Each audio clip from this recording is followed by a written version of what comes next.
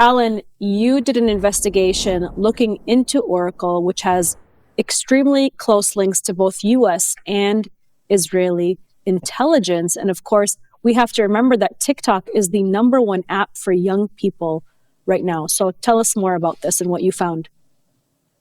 Yeah, well, a lot of people don't know anything about Oracle or about its founder and CEO, Larry Ellison. Oracle's the fourth biggest tech company in the world, but it doesn't really sell to consumers. It sells to businesses. It sells gigantic databases and other software to businesses. And they don't know about Larry Ellison, despite the fact he's the world's second richest person.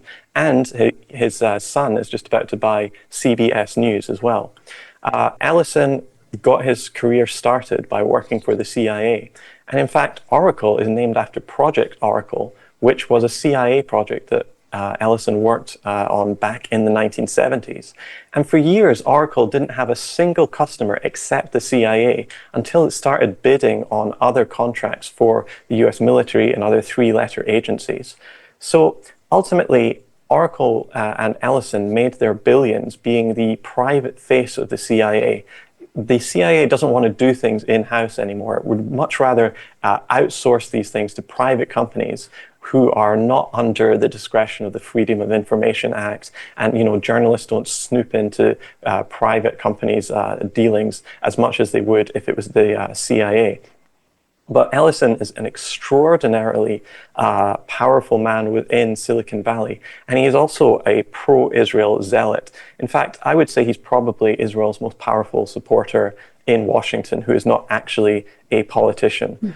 Ellison is the IDF's largest donor. He in 2017 gave $16.6 million in one check alone to the Friends of the IDF, which, if people don't know, is a quote-unquote charity in the United States, which buys equipment and supplies for IDF soldiers. They hold these big galas in Hollywood and get people like Pharrell Williams and Gerard Butler to get on stage and say wonderful things about how, wonderful the IDF and Israel is. But Ellison, apart from making billions, his real passion in life is supporting Israel and the Israeli project. Here's a quote from one of these galas he was attending. He got up on stage and said this, quote, "In my mind, there is no greater honor than supporting the bravest people in the world. And I thank the Friends of the IDF for allowing us to celebrate and support these soldiers year after year.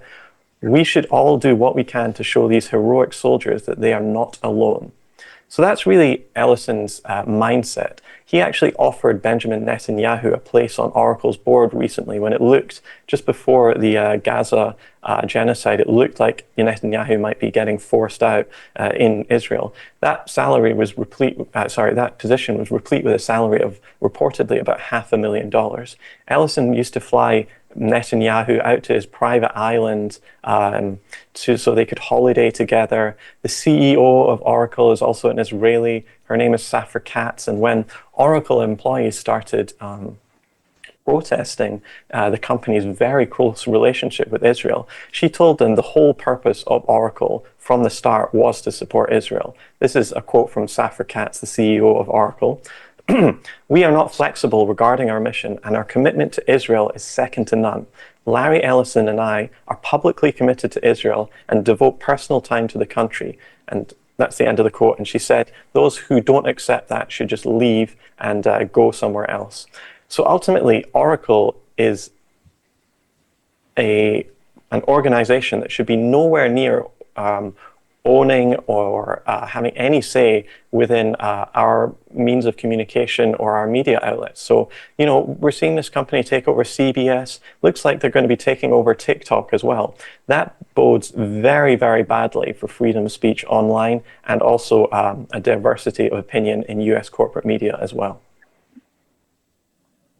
Well, that's quite the bromance you broke down between Larry Ellison and Bibi Netanyahu, but it really just goes to show just the way in which the Israeli intelligence tentacles are really taking over the US tech industry.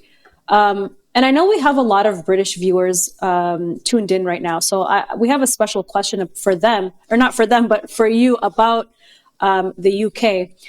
for our British viewers, people should know about just how ingratiated this company is with the UK state, with the British state. This company, which you have outlined, Oracle, is basically a front group for US intelligence, has access to much of the UK's most sensitive information and data, including health and military records. And I think every British citizen should be raising hell about this. Talk to us more about this connection, Alan. Oh, yeah. I mean, Oracle now has access and is pretty much in charge of a wide swath of public and military data, including some of the most important personal data that we have in the United Kingdom. An example of this is, is in 2020, Oracle won a gigantic contract with the UK Ministry of Defence to provide it with cloud infrastructure, digital assistance, data visualization software, development tools, the whole shebang, really. The British military, at least the Ministry of Defence, basically runs on Oracle software now. And you know, the army is not the only British institution that's entrusting its most important and critical data to this US-based firm. The Home Office, for example, the Office of National Statistics, and very importantly, the NHS, the National Health Service, also rely on Oracle databases to function. So, you know, what does that mean? That means that this Larry Ellison guy presumably has access to all of our medical records, and given his closeness with both the CIA and with the Israeli National Security State, that should really be raising enormous alarm bells. Even years before signing this Ministry of Defense agreement that I was talking about just earlier, Oracle and Larry Ellison had really been pushing themselves into the British establishment, employing all manner of really well-connected individuals at their foundation. I mean, just an example, Larry Ellison and the Oracle Foundation employed the father-in-law of Boris Johnson while Boris Johnson was Prime Minister. His name's Matthew Simons, and he reportedly earned around $600,000 a year for being the executive director of the Larry Ellison Foundation. Richard Meredith, again, the longtime director of the UK Foreign and Commonwealth Office, was also snapped up on a similar salary to become executive director. And suddenly when Oracle got all of these contracts, the Larry Ellison Foundation was closed down, which, does raise some questions about potential corruption issues there.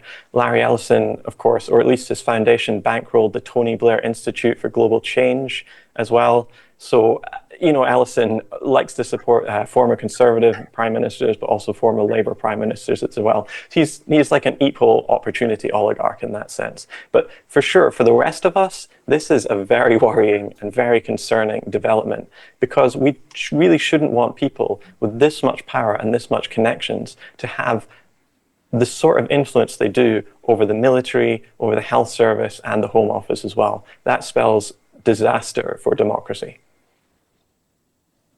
Absolutely. And if I was somebody who is in Britain, I would definitely be concerned with this information. And Alan, we really appreciate you joining us. I know you're in Singapore. It's like 4 a.m. and you just laid out all of these facts so eloquently. So thank you so much for being here. And as everybody has heard, this is the kind of coverage and investigations that we provide at MintPress News. And right now we are actually in a place where we might have to shut down because one of our lines of funding has been cut. So we launched a fundraiser on Indiegogo, and we hope that you will join our campaign to support the incredible work that we provide at MintPress News, as you just heard from the very mouth of one of our leading investigative journalists, senior staff writer, Alan MacLeod.